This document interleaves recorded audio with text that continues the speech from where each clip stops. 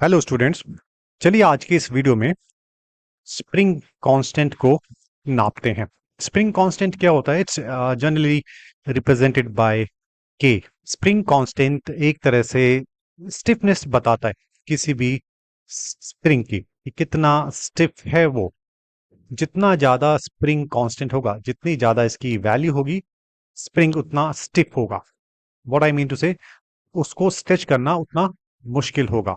और जितना spring constant कम होगा, उसको आप आराम से स्ट्रेच कर सकते हो। और ये जो स्प्रिंग कांस्टेंट है, it depends on the material of the spring. Fine. तो हम स्प्रिंग कांस्टेंट को नापते हैं। मेरे पास ये स्प्रिंग है, दैट इज जिसको हमने लटकाया हुआ है, और ये इसका दूसरा एंड है, वो अभी हमने फ्री छोड़ा हुआ है।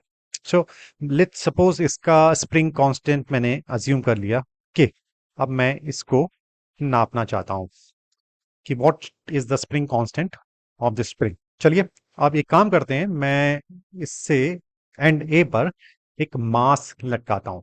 अच्छे 1 kg का मास मैं इस पे लटकाता हूँ। तो अगर हम इसको 1 kg का मास अगर मैं लटकाता हूँ इस पर, तो ये कुछ इस तरीके से स्ट्रेच हो जाएगा। कितने कॉइल से? 1 2 3 4 5 6। सो ये कुछ इस तरीके से खिंच जाएगा। 1 2 3 4 5 एंड 6। सो मैंने ये एक मास लटकाया। अच्छा, ये मास 1 kg का मैंने इससे लटका दिया पॉइंट ए पर। सो ऑब्वियसली स्प्रिंग मेरा खिंच जाएगा। जो दिस इज मास, जो कि मान लेते हैं हमने लिया है 1 kg। और एक चीज और, जब ये इस पर हमने कोई भी मास नहीं लटकाया था स्प्रिंग, तब इसकी लेंथ हमने ली थी, लेट्स से उसकी लेंथ थी 6 सेंटीमीटर। और जब मैंने मास लटका दिया एम 1 kg, तब इसकी लेंथ हो गई, इसको लेट्स से इसको L1 ले लेते हैं, और तब इसकी लेंथ हो गई L2 is equal to let's say 10 centimetre हो गई। तो यहाँ से लेके ये स्ट्रेच हुआ कुछ यहाँ तक, 10 सेंटीमीटर इसकी लेंथ हो गई स्ट्रेच होके। तो अगर अब ये इक्विलिब्रियम में ऊपर नीचे नहीं हो रहा, इट इज एन इक्विलिब्रियम। तो अगर मैं बात करूं कौन कौन सी फोर्सेस इस पे लग रही है, सो दैट वुड बी, एक तो इसका जो वेट है, so weight would be in the downward direction, mg। और जो स्प्रिंग फोर्स है उसको ऊपर की तरफ खींचेगी कुछ इस तरीके से। सो अगर मैं इसका फ्री बॉडी डायग्राम बनाऊं, इसको मैंने एक मास को पॉइंट ऑब्जेक्ट में ले लेता हूं। सो अगर हम बात करें, इसका वेट कुछ इस तरीके से नीचे लगेगा, mg। और दैट इज, ये जो ग्रेविटेशनल फोर्स है वो नीचे की तरफ लग रही है, जो कि mg के बराबर है। और स्प्रिंग फोर्स इसको ऊपर की तरफ खींच रही है, ये मेरी स्प्रिंग फोर्स है। And spring force is equal to k, opposite direction में लग रही है।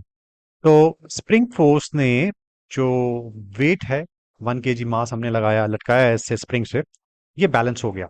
अच्छा, एक चीज और, जो स्प्रिंग का मास है, मैं 1 kg के मुकाबले बहुत ही कम है, तो I am neglecting the mass of the spring. So mass of the spring मैंने ऑलमोस्ट इसको नियर टू जीरो ले लिया, या 1 kg के मुकाबले बहुत कम है, तो इसको मैं नेग्लेक्ट कर देता हूँ।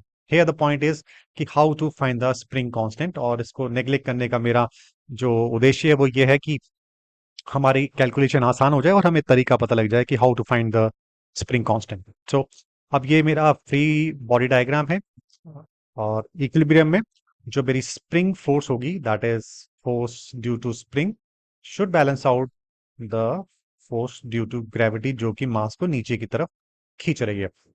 सो स्प्रिंग फोर्स इज kx, मैं यहाँ पे kx लिख देता हूँ। And where k is the spring constant and x is, let's say x is what, ये भी समझना जरूरी है। ये आपका उसमें कितना स्ट्रेच आया, this is what we calls x, this is x।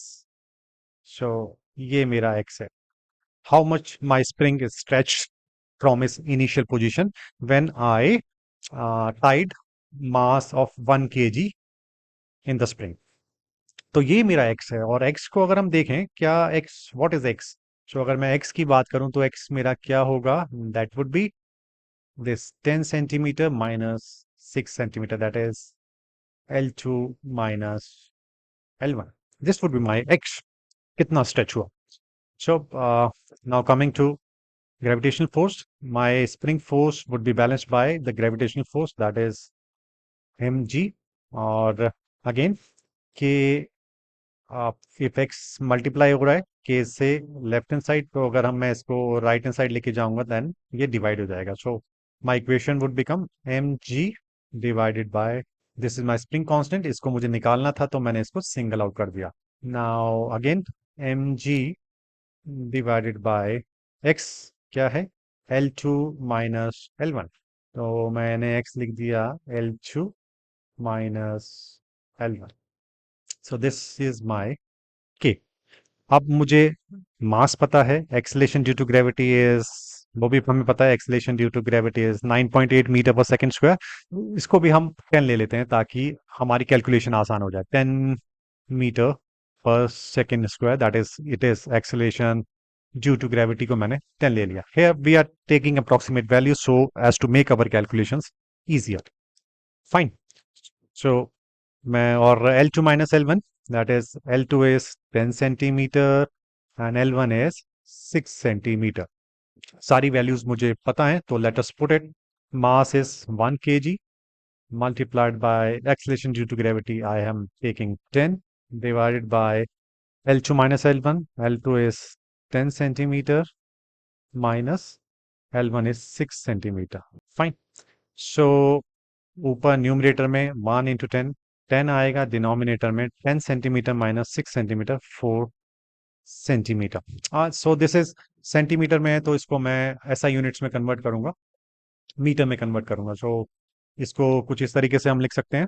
This would be 10 divided by 0.04 metre हो जाएगा, क्योंकि एक का मीटर में 100 सेंटीमीटर्स होते हैं, या 1 centimetre is equal to 1/100 metres.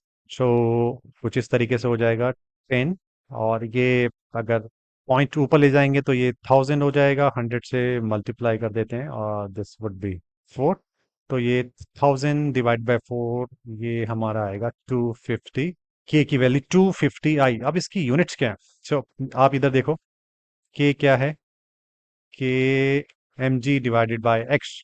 M g क्या है, फोर्स है, that is expressed in newton. और एक्स इज लेंथ है, और डिस्प्लेसमेंट है, that is expressed in meters. So मेरे के यूनिट्स आ जाएंगे न्यूटन पर मीटर.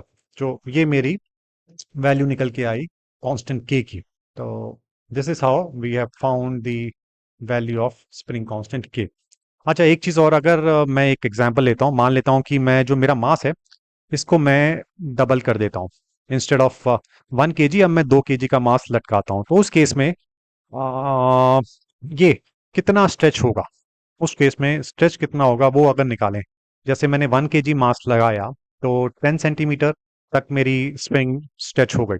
अपनी इनिशियल पोजीशन 6 सेंटीमीटर थी और 6 से ये 10 पे पहुंच गई. तो एक्स इस केस में मेरा 4 निकल के आया, 4 सेंटीमीटर निकल के आया. तो अगर मैं मास को डबल कर देता हूँ, इंस्टेड ऑफ 1 kg मैं अगर 2 kg का मास लटकाता हूँ, तो उस केस में कितना मेरा स्प्रिंग स्ट्रेच हो जाएगा. चलिए उसको भी पता लगाते हैं, इसको बनाते हैं. लेट्स से कुछ मैं अगर बात करूं, अगर अब हम 2 kg का मास लटकाते हैं तो मेरा स्प्रिंग और स्ट्रेच हो जाएगा. Let's say 1 2 3 4, this is 5 and 6.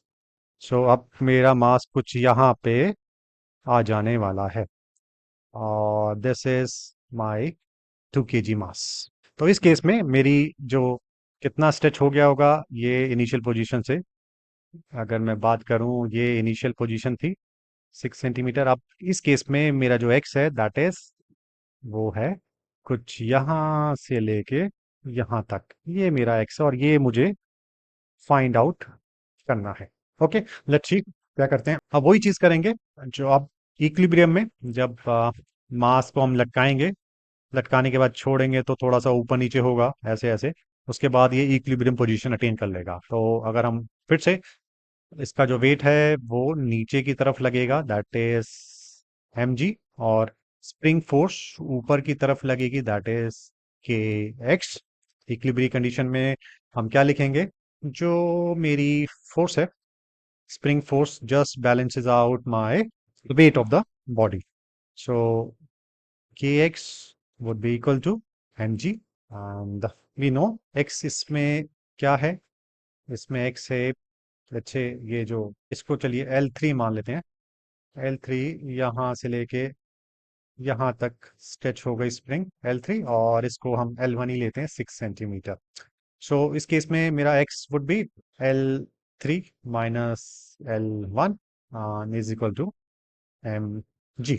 Okay, अब मुझे फाइंड करना है L3। तो क्या मुझे k पता है? यस, k हम ऑलरेडी निकाल चुके हैं, it is 250 newton per metre square.